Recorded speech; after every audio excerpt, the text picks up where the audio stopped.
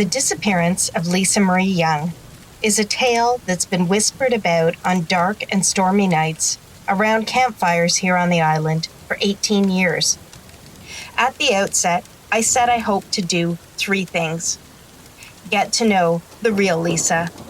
Tell the story of how her family and friends have fought to keep her memory alive. And explore what really happened that night.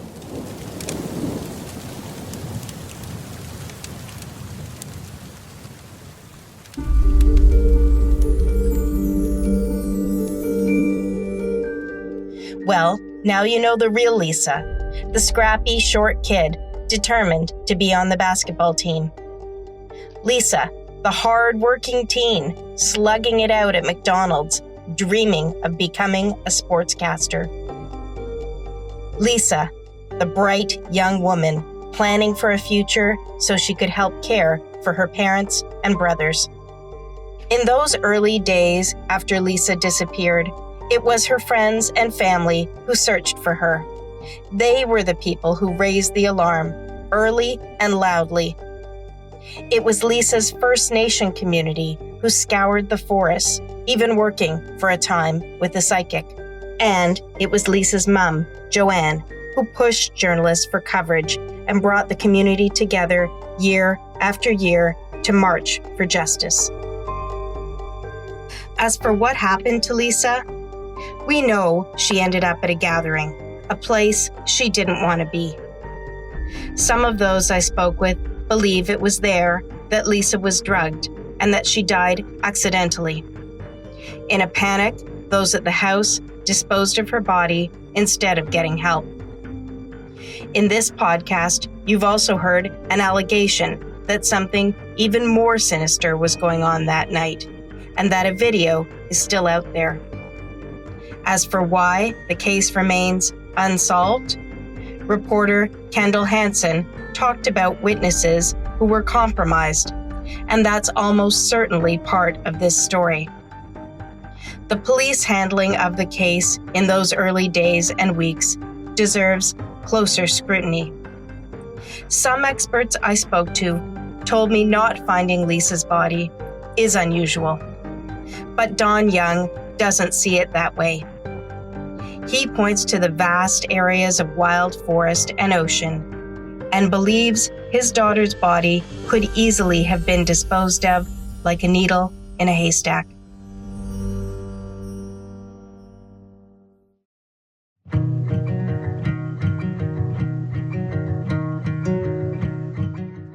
I'm more convinced than ever that there are people here on the island who have information that could finally bring about justice for Lisa.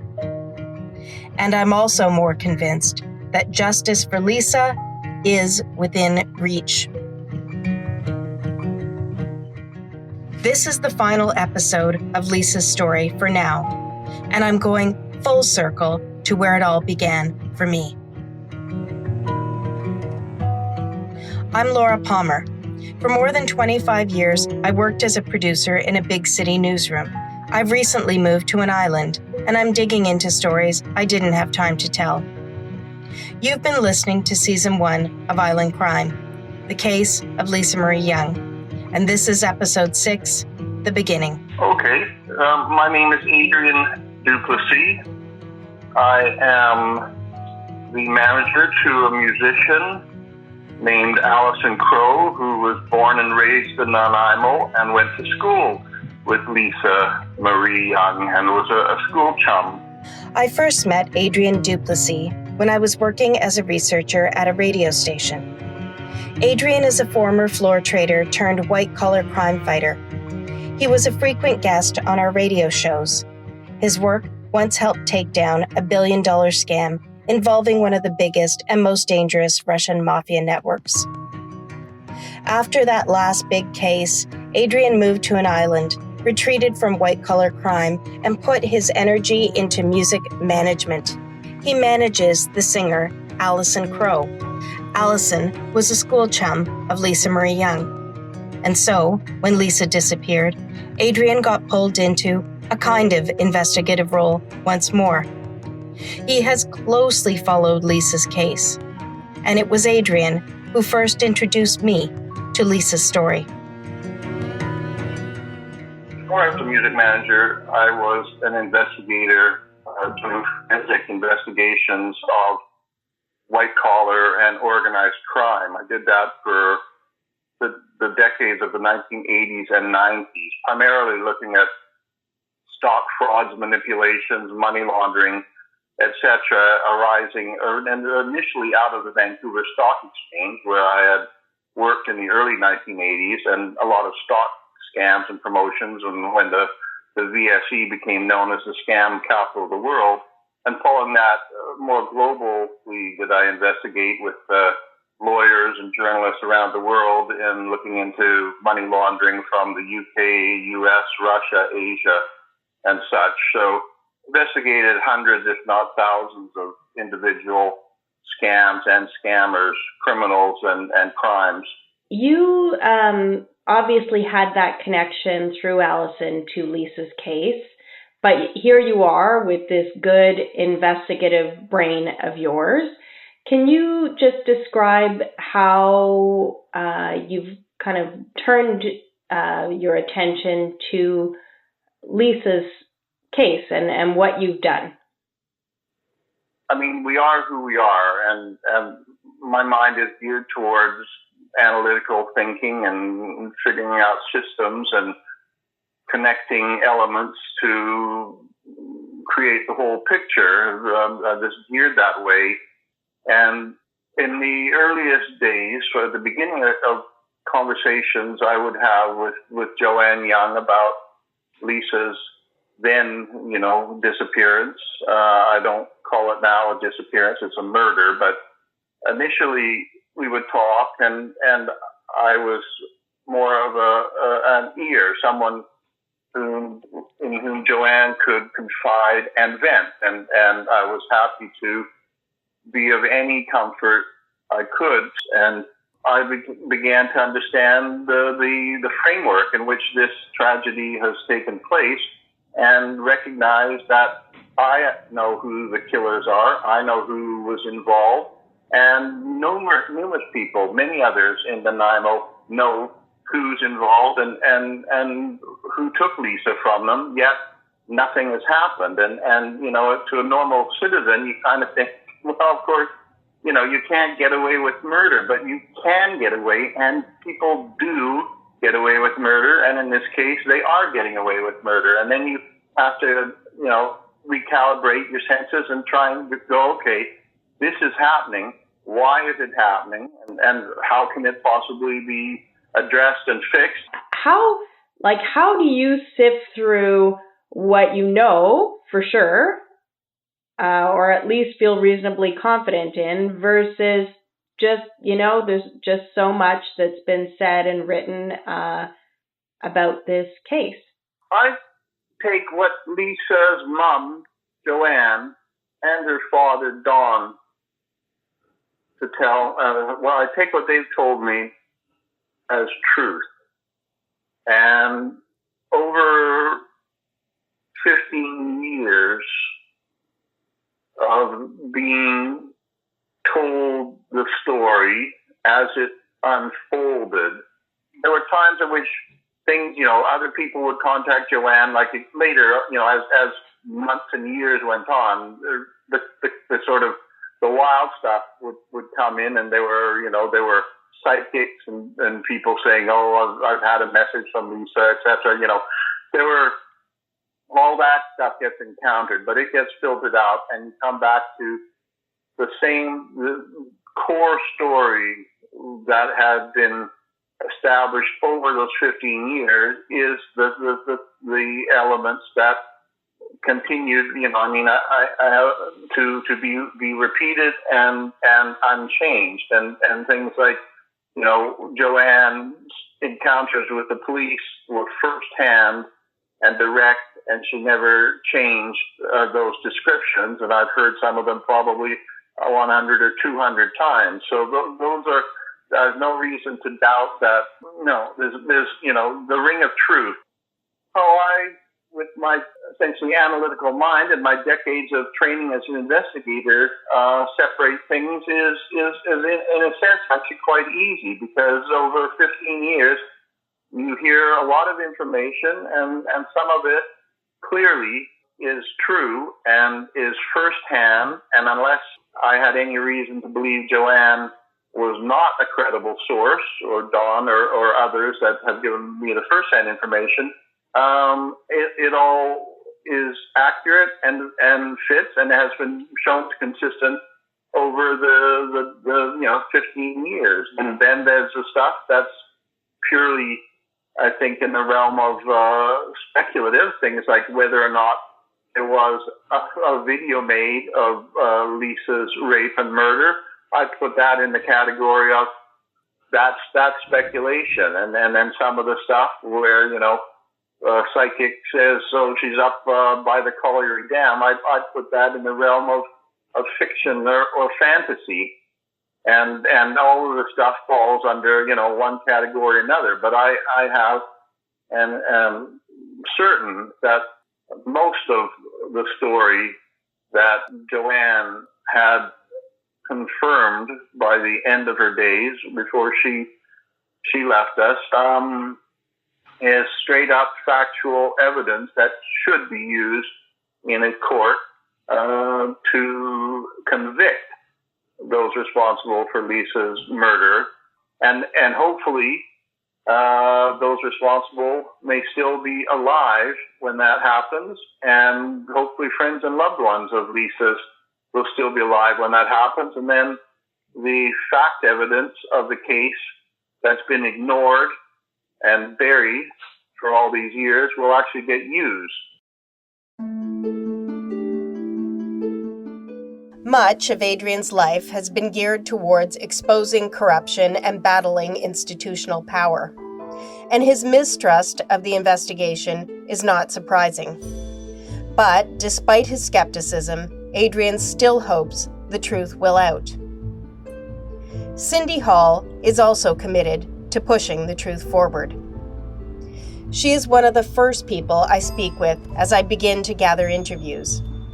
Cyndy runs the Facebook group dedicated to Lisa, and she is one of the main organizers of the yearly walk.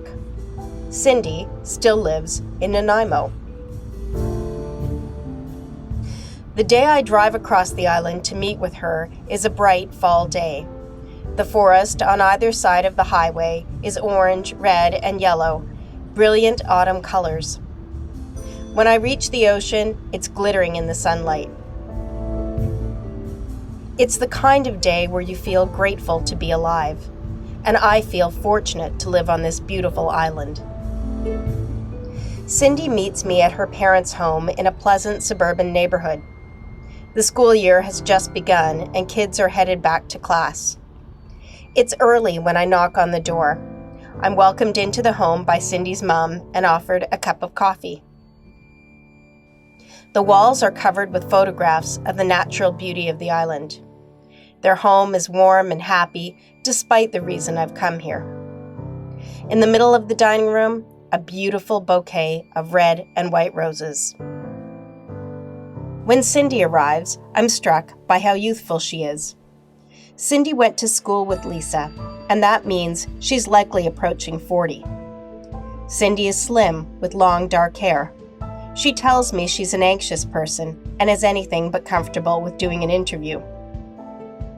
There is something about that lovely bouquet of roses and the eager welcome I received from Cyndy and her family that is unnerving. This story means so much to the people who love Lisa. There's a small, chatty dog in the home, and so we head outside to my ancient Honda to talk about Lisa. It's the first of many interviews I will do while sitting behind the wheel. So my name is Cyndy Hall, and I knew Lisa. She was an acquaintance of mine. We had similar friends.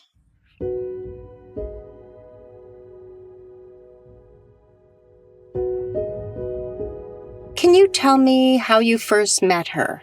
So I would have first met Lisa through my good friend Carolyn Carolyn used to live with Lisa, so that's how I met her. She was very energetic, outgoing. She seemed confident. She was really friendly. I remember she used to always dress up, and then we used to sit around, I think it was a kitchen table, and listen to country music. But she was just a very outgoing girl. She was always dressed really nice, modern dress clothes, high boots, jewelry, and she was very petite. She was, I can't remember how tall she was, but maybe even 5'2" for 5'4", and she just had a really slim build. She had brown hair when I met her, and yeah, she wore makeup, and it was always done nice. She just always looked very together. She was very outgoing. She would dance. She was just be attracted to her personality. She was a very social person, and she had a lot of friends.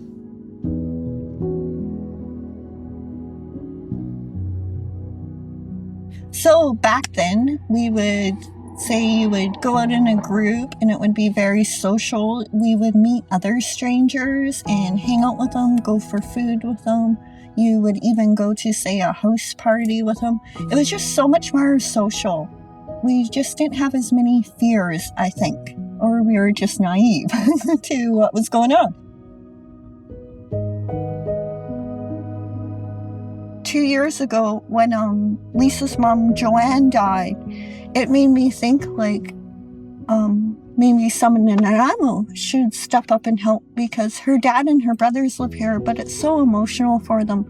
I just don't think they're able to. Like, they can do it, but emotionally, I don't think they're able to do it.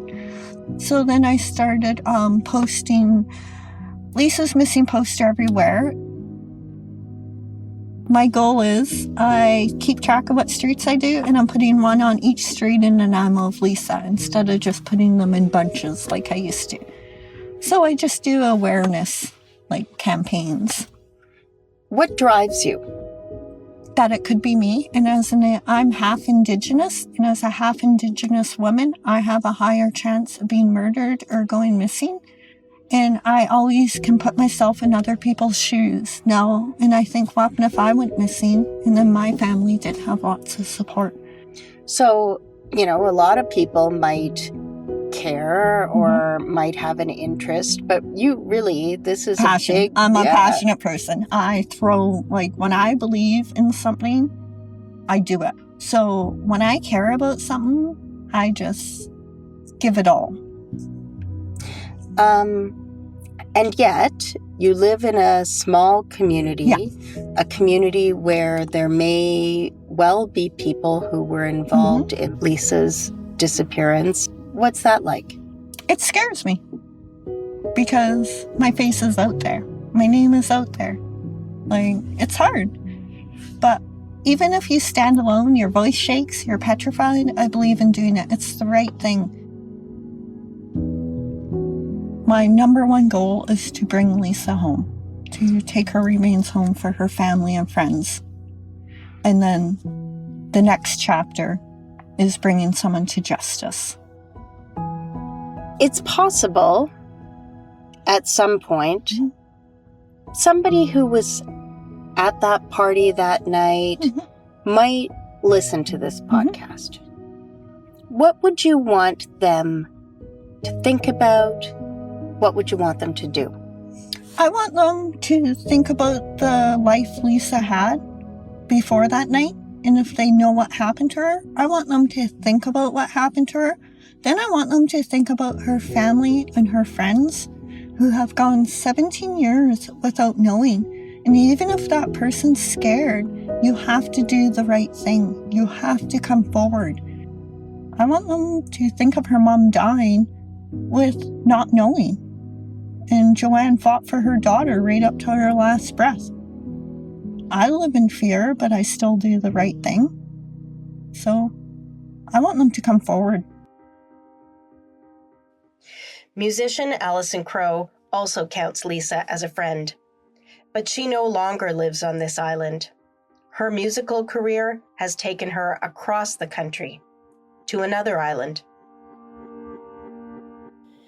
My name is Alison Crow. I live now in Corner Brook, Newfoundland, since 2005, but I am originally from Nanaimo, BC, Canada, on Vancouver Island, where I was born and raised.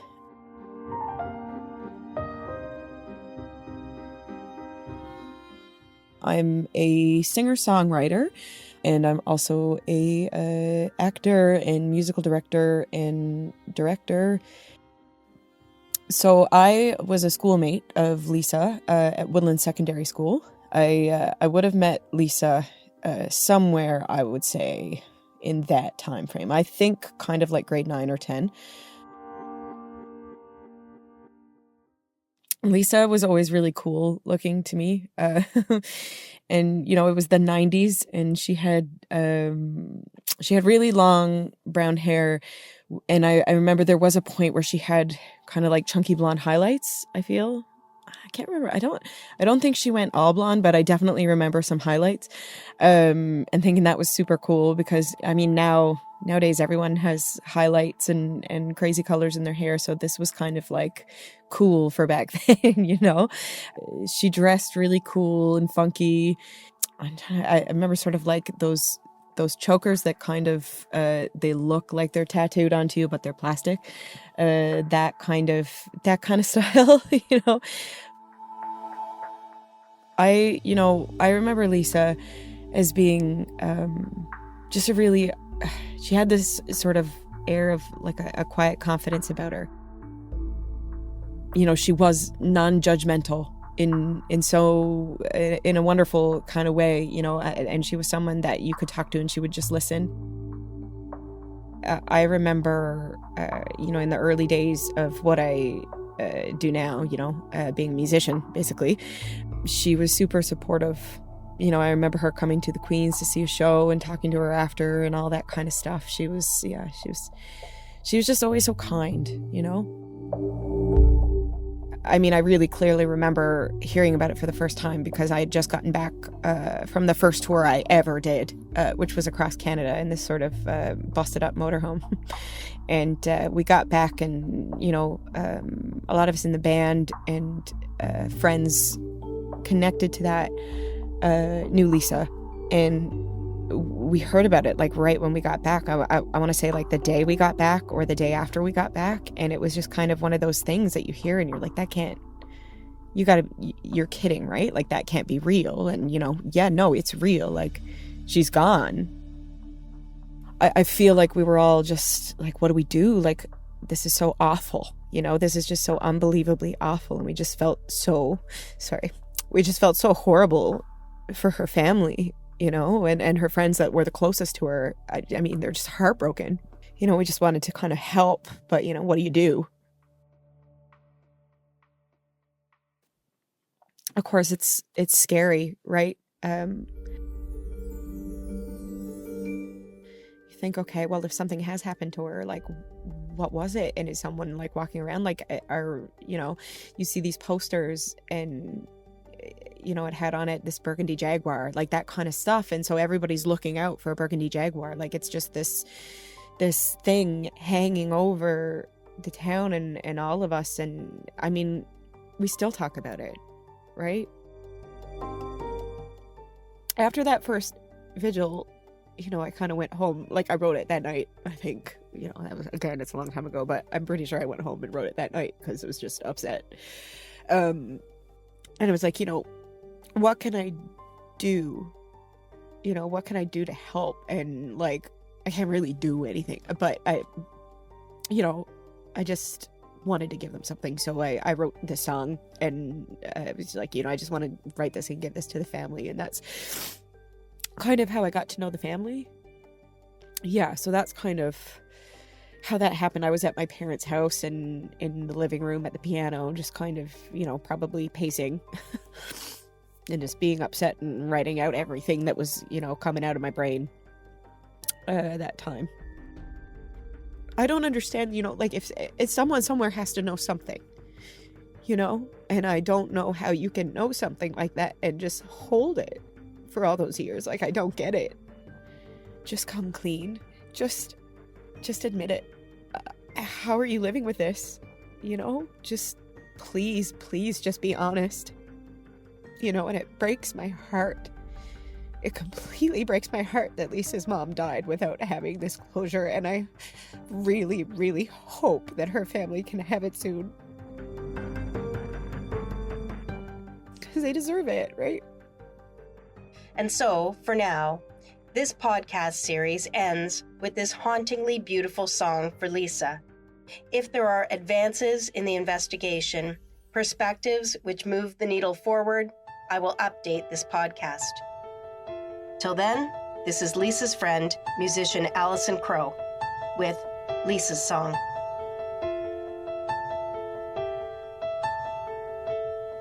I want to be the one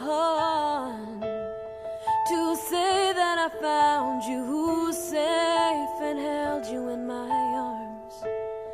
I want anyone else in the world to tell me that they did too, and took you home across the field and to your door and said, hey baby, it's cool, there's no reason to be scared anymore. Took you home and held you in, held you in, held you in.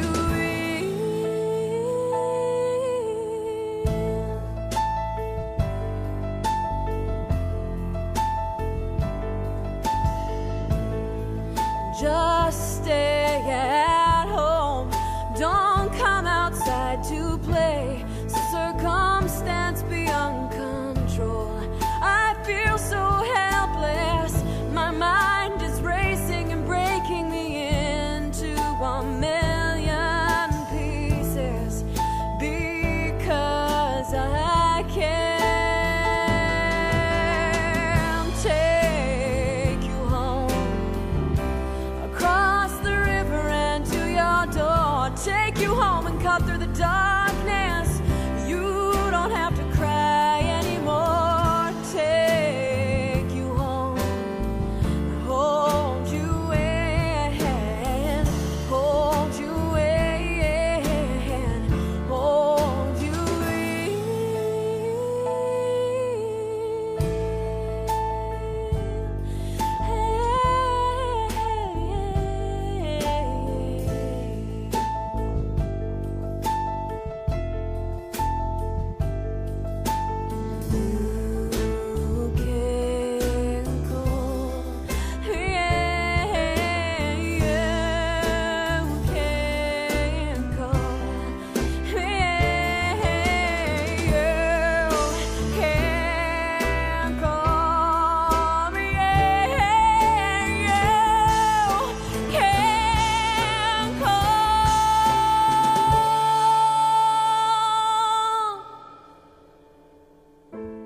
take you home across the sea and to your door. Take you home, but I'm so scared that home is in